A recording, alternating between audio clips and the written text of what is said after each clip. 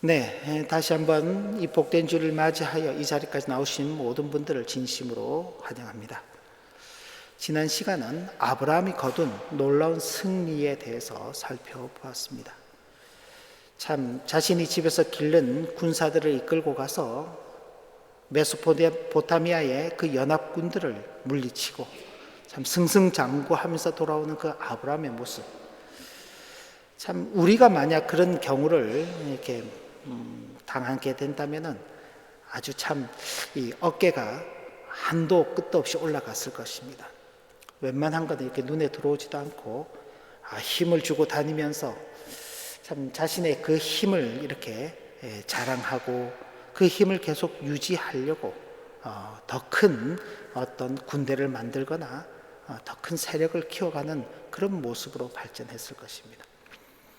그러나 아브라함은 그렇지 않았습니다. 아브라함은 자신이 가질 수 있는 모든 그 권리와 소유도 다 포기하고 내려놓고 오직 하나님께만 영광을 돌려드리는 그 일들을 감당한 것입니다. 아브라함은 자신에게 승리를 주신 하나님을 알고 있었고 하나님만이 자신의 전부가 된다라는 그 사실을 분명히 기억했기 때문에 그런 결정을 할 수 있었을 것입니다. 오늘은 그 다음 아브라함이 하나님으로부터 의롭다 하심을 받았다는 이 사실에 대해서 좀 살펴보기를 원합니다. 말씀드렸던 것처럼 메소포타미아 그 연합국을 물리친 것은 이제 이 아브라함이 그 지역 사회 속에서 절대 강자로 부상하게 된 그런 계기가 되는 것입니다. 그 전까지는 아브라함을 눈여겨보지 못했던 사람들이 그 일을 통해서 이제 아브라함을 눈여겨보는 것입니다. 그리고 아브라함에게 함부로 대하지 못하겠죠. 함부로 하지 못하는 것입니다. 언제 우리도 저런 꼴이 될지 모른다는 어떤 그런 두려움. 그런데 그 두려움만 있는 게 아닙니다. 강자가 이렇게 나타나게 되면은 그 강자를 꺾기 위한 또 다른 사람들이 등장하게 되는 것입니다. 그래서 한편으로는 사람들 앞에서 자신의 강함을 나타내기도 하지만 또 반대로 많은 사람들의 공격의 대상이 되기도 하는 것입니다. 그러니 아브라함에게는 염려와 근심이 있는 것이죠. 또 하나님께서 자신에게 자녀를 주시겠다고 약속하셨지만은 그러나 그런 자녀조차도 아직까지 아브라함에게 있지 않은 그런 상태였기 때문에 이런 어떤 두려움 가운데 있는 그 아브라함에게 하나님께서 찾아오셔서 아브라함아 두려워하지 말아라 라고 말씀하시며 내가 너의 지극히 큰 상급이 될 것이다. 이 상급이라고 표현했는데 이걸 보상이다 라는 말도 하고 보물이다 라는 말도 그렇게 쓸 수 있습니다. 내가 너의 보물이다, 전부다 라고 말씀하는 것입니다. 세상의 패권을 거머쥔 아브라함이었지만 아이러니하게도 세상을 두려워할 수밖에 없는 그였습니다. 그러나 이 세상과는 비교할 수 없는 하나님께서 그 자신을 상급으로, 보상으로, 보물로 약속하고 계시는 것입니다. 아마 아브라함이 처음 이 말을 들었을 때는 그게 도대체 무엇을 의미하는지 잘 이해하지 못했을 것 같아요. 왜 그러냐면 당시 사회는 시족 중심 사회, 그러니까 가족들을 중심으로 해서 한 부족 국가를 이루는 그런 사회였습니다.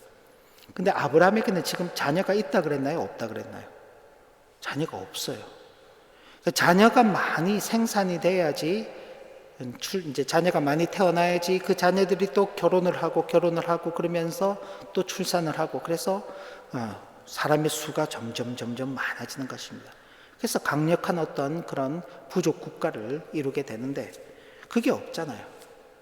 이제 불안하고 또 자녀가 없다는 것이 어떻게 보면 그 시대에는 참 어떤 대단히 부끄러운 그런 뭔가 문제가 있는 것은 아닌가, 혹은 신으로부터 어떤 저주를 받았기 때문에 그렇다, 이런 이제 인식들을 갖고 있던 그런 때였기 때문에 그런 부분에 있어서 아브라함은 두렵기도 하고 부끄럽기도 하고, 그래서 하나님께서 자신을 선물로 주시겠다라고 그렇게 말씀하시는데 아브라함이 이렇게 이야기하는 것입니다. 주 여호와여 내게 무엇을 주시려 하십니까? 하나님께서는 자신을 주신다 그랬는데 아브라함은 야, 주 여호와여 내게 무엇을 주시려 합니까? 그러면서 자신이 당면한 그 현실의 문제를 하나님 앞에 고하는 것입니다. 나는 자식이 없습니다. 그러니까 지금 아브라함에게 있어서 자녀가 없다는 것이 얼마나 큰 고민이고 또 두려움이고 부끄러움이고 큰 문제였는지를 볼 수 있는 것입니다. 하나님께서 자신을 선물로 주시겠다고 말씀하시는데 그것보다 더 급한 게 자신의 자녀가 없다는 것이죠.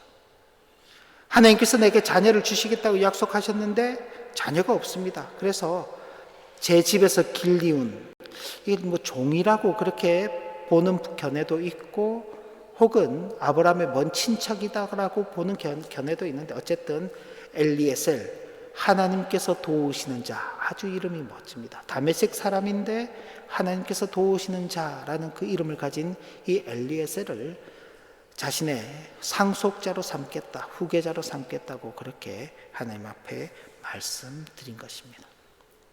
그러니까 하나님의 약속을 받아서 지금 왔죠. 하나님께서 아브라함에게 처음 나타나셔서 창세기 12장에서 내 본토 친척 아버지의 집을 떠나서 내가 내게 보여주는 그 땅으로 가라. 내가 내 자녀들을 축복하여서 그 자녀들로 하여금 그 땅을 다 다스리며 살도록 하겠다라는 그 약속의 말씀을 받아서 왔습니다. 13장에서도 하나님께서 그 자녀들을 축복하시겠다고 말씀하셨습니다. 그러나 현실은요, 차이가 있는 것이죠.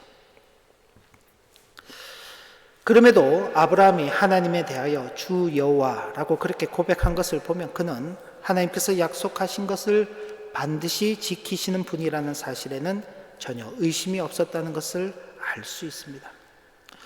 우리는 이제 이 본문만 보고 있는데 신약에서 이 사건을 두고 이렇게 해석을 합니다. 히브리서 11장 8절에 보면 히브리서 11장은 믿음의 장이라고 그렇게 표현이 되어 있습니다. 믿음으로 우리의 믿음의 선진들이 어떤 걸음을 걸었는지를 설명하는데 아브라함에 해당되는 부분이 이렇습니다.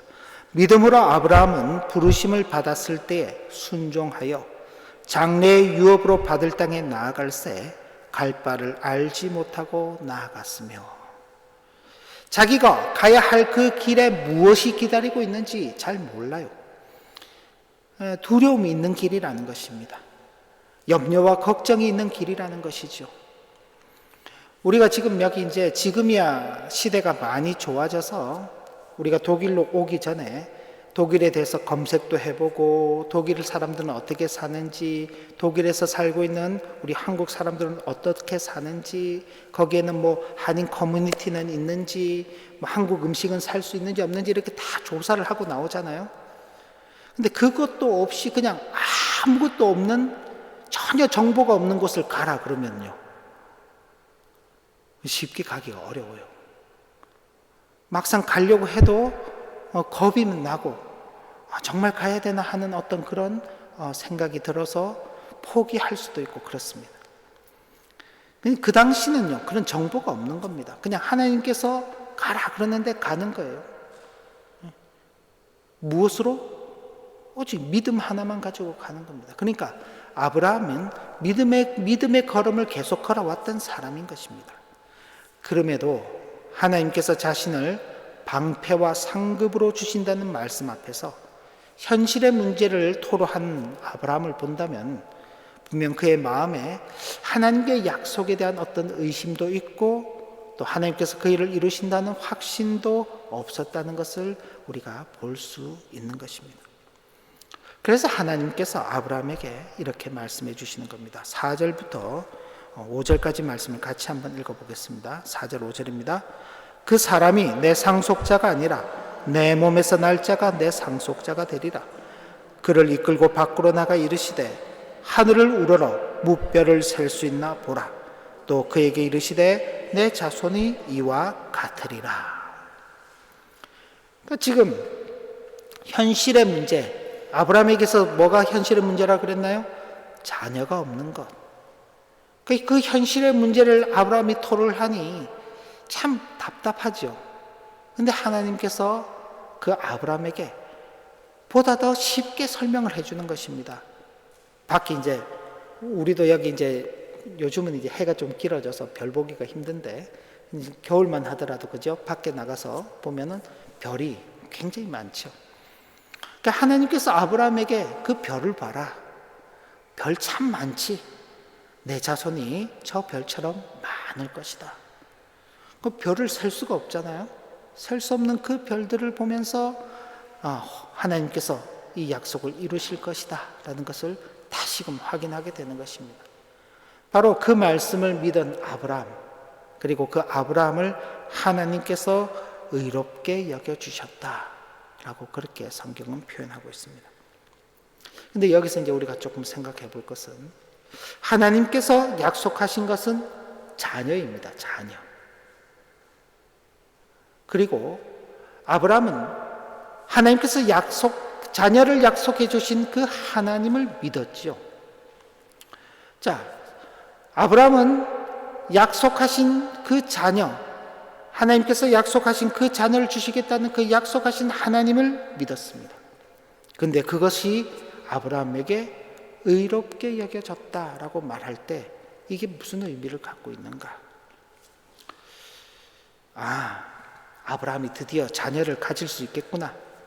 드디어 이제 자녀를 받으면서 아브라함이 이제 하나님이 갈 바도 알지 못하고 가라고 한 그 길을 나섰으니까 보상을 받는구나. 그렇게 이제 생각할 수 있는 것이죠. 그런데 자녀가 아브라함에게 있어서 보상이 되지 않는 것입니다. 선물이 아닌 것입니다. 아브라함에게 은혜를 베푸시는, 즉 아브라함을 의롭다 하시는 하나님께서 자신을 아브라함에게 상급으로 주시겠다라고 말씀하는 겁니다.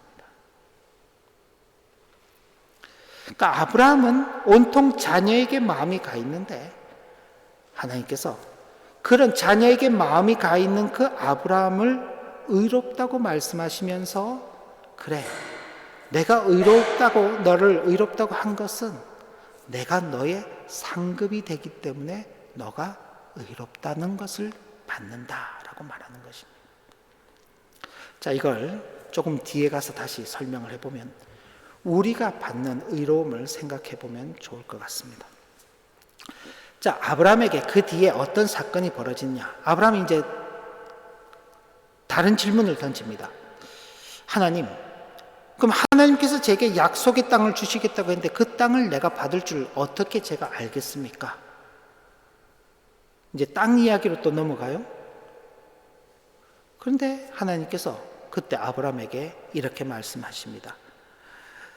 나는 이 땅을 내게 주어 소유를 삼게 하기 위해서 너를 갈대아인의 우르에서 이끌어낸 여호와다. 내가 너에게 땅을 주기 위해서 너를 데리고 여기까지 이르게 하였다. 그러니 내가 이 땅을 너에게 분명히 줄 것이다. 그저 아브라함이 내가 이 땅을 어떻게 받을 수 있습니까? 하나님께서 아브라함에게 나를 위하여 3년 된 암소, 3년 된 암염소, 3년 된 수량과 산비둘기와 집비둘기 새끼를 가져오라. 그렇게 했습니다. 그리고는 그 가져온 그 재물에 대해서 아브라함이 반을 딱 쪼개는 거예요. 이걸 고대 근동에서는 저주의 언약이다. 그렇게 표현을 합니다. 저주의 언약. 그러니까 재물을 반을 딱 나눠서 이렇게 서로 마주 보게끔 하는 거예요.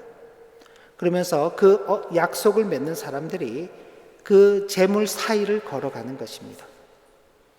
그러면서 약속을 어긴 한쪽이 이 재물처럼 쪼개어져서 죽을 것이다. 그러니까 피의 언약일 수도 있는 거죠.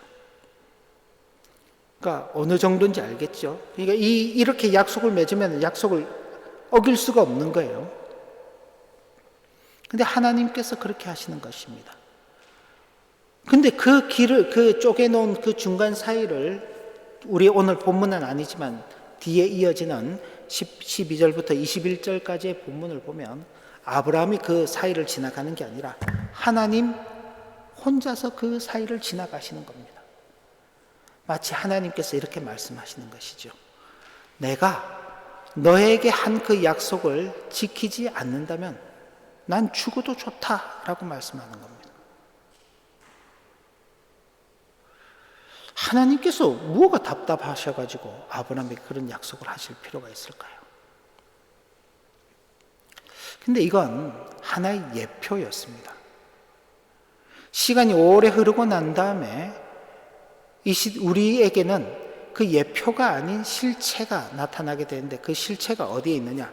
로마서 4장 23절부터 25절 말씀 보면 나타나고 있습니다. 자, 23절 말씀부터 25절까지를 같이 한번 읽어보겠습니다. 그에게 의로 여겨졌다 기록된 것은 아브라함만을 위한 것이 아니요 의로 여기심을 받을 우리도 위함이니 곧 예수 우리 주를 죽은 자 가운데서 살리신 이를 믿는 자니라. 예수는 우리가 범죄한 것 때문에 내줌이 되고 또한 우리를 의롭다 하시기 위하여 살아나셨느니라.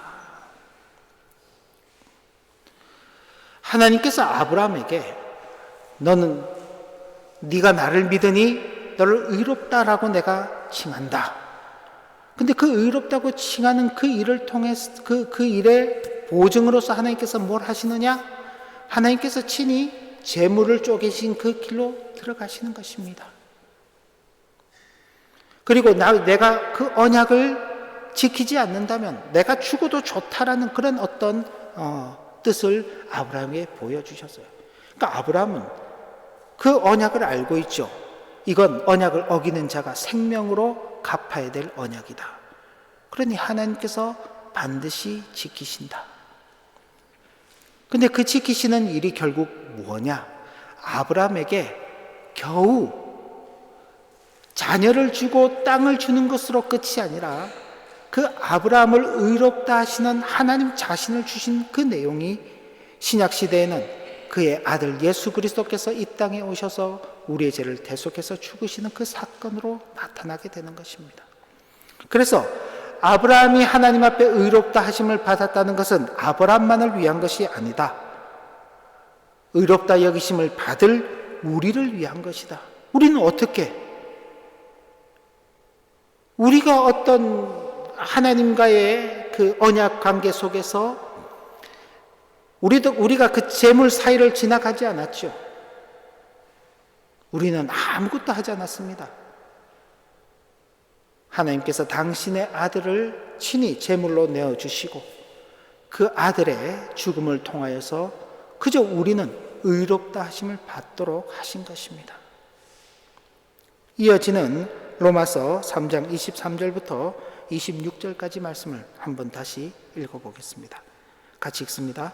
모든 사람이 죄를 범하였음에 하나님의 영광에 이르지 못하더니 그리스도 예수 안에 있는 속량으로 말미암아 하나님의 은혜로 값없이 의롭다 하심을 얻은 자 되었느니라. 이 예수를 하나님이 그의 피로써 믿음으로 말미암는 화목 제물로 세우셨으니 이는 하나님께서 길이 참으시는 중에 전에 지은 죄를 관가하심으로 자기의 의로우심을 나타내려 하심이니 곧 이때에 자기의 의로우심을 나타내사 자기도 의로우시며 또한 예수 믿는 자를 의롭다 하려 하심이라. 모든 사람은 죄를 범해서 하나님의 영광에 이르지 못합니다. 죄의 값은 사망입니다. 죽음밖에 없습니다. 그런데 그리스도 예수 안에 있는 속량으로 말미암아 이제 우리는 하나님 안에서 의롭다 하심을 받은 자가 된 것입니다. 하나님께서 자신의 아들을 친히 제물로 내어주신 것입니다. 무엇을 위해서요? 우리를 의롭다 하시기 위해서. 아브라함을 의롭다 하시기 위해서 하나님께서 친히 자신을 선물로 내어주셨던 것처럼 우리를 의롭다 하시기 위해서 하나님께서 당신의 아들을 선물로 내어주시는 것입니다. 이게 하나님이 하시는 일이에요. 이런 하나님, 이런 신이 어디 있나요? 이 세상의 어떤 종교를 다 통틀어 보아도 신이 자신을 희생하는 그런 종교는 없습니다. 신에게 희생을 강요당하지 신이 스스로 희생을 하고 그 신을 믿는 사람을 위해서 헌신하는 그런 종교가 없는 것입니다. 있다면 유일한 것이 바로 기독교인 것이죠. 아브라함이 받은 의롭다 하심, 그것은 하나님께서 아브라함을 구원하신다는 그 이야기입니다. 하나님께서 찾아오시고 하나님께서 그를 이끌어 가시고 그가 실패하고 낙심할 때 하나님께서 찾아오셔서 힘이 되어주시고 주변의 사람들로 인하여서 두려움 가운데 살아갈지라도 하나님께서 내가 너의 방패가 되고 너의 상급이 될 것이다, 그렇게 말씀하시며 그 하나님을 믿는 아브라함이 믿는다고 말하지만 그 믿음이라는 것은 눈에 보이는 자녀의 문제, 손에 잡을 수 있는 땅의 문제에 관심이 가 있을지라도 그를 긍휼히 여기시면서 하나님 자신을 끊임없이 아브라함에게 보여주시는 것입니다. 그리고 긴 시간이 지나고 난 다음 하나님께서 왜 아브라함에게 그런 일을 하셨는가? 그건 아브라함만이 아니라 아브라함 안에서 예수 그리스도를 믿게 되는 모든 하나님의 택하신 백성들을 위해서 그렇게 하신 것이다 하는 것을 확인하게 되는 것입니다.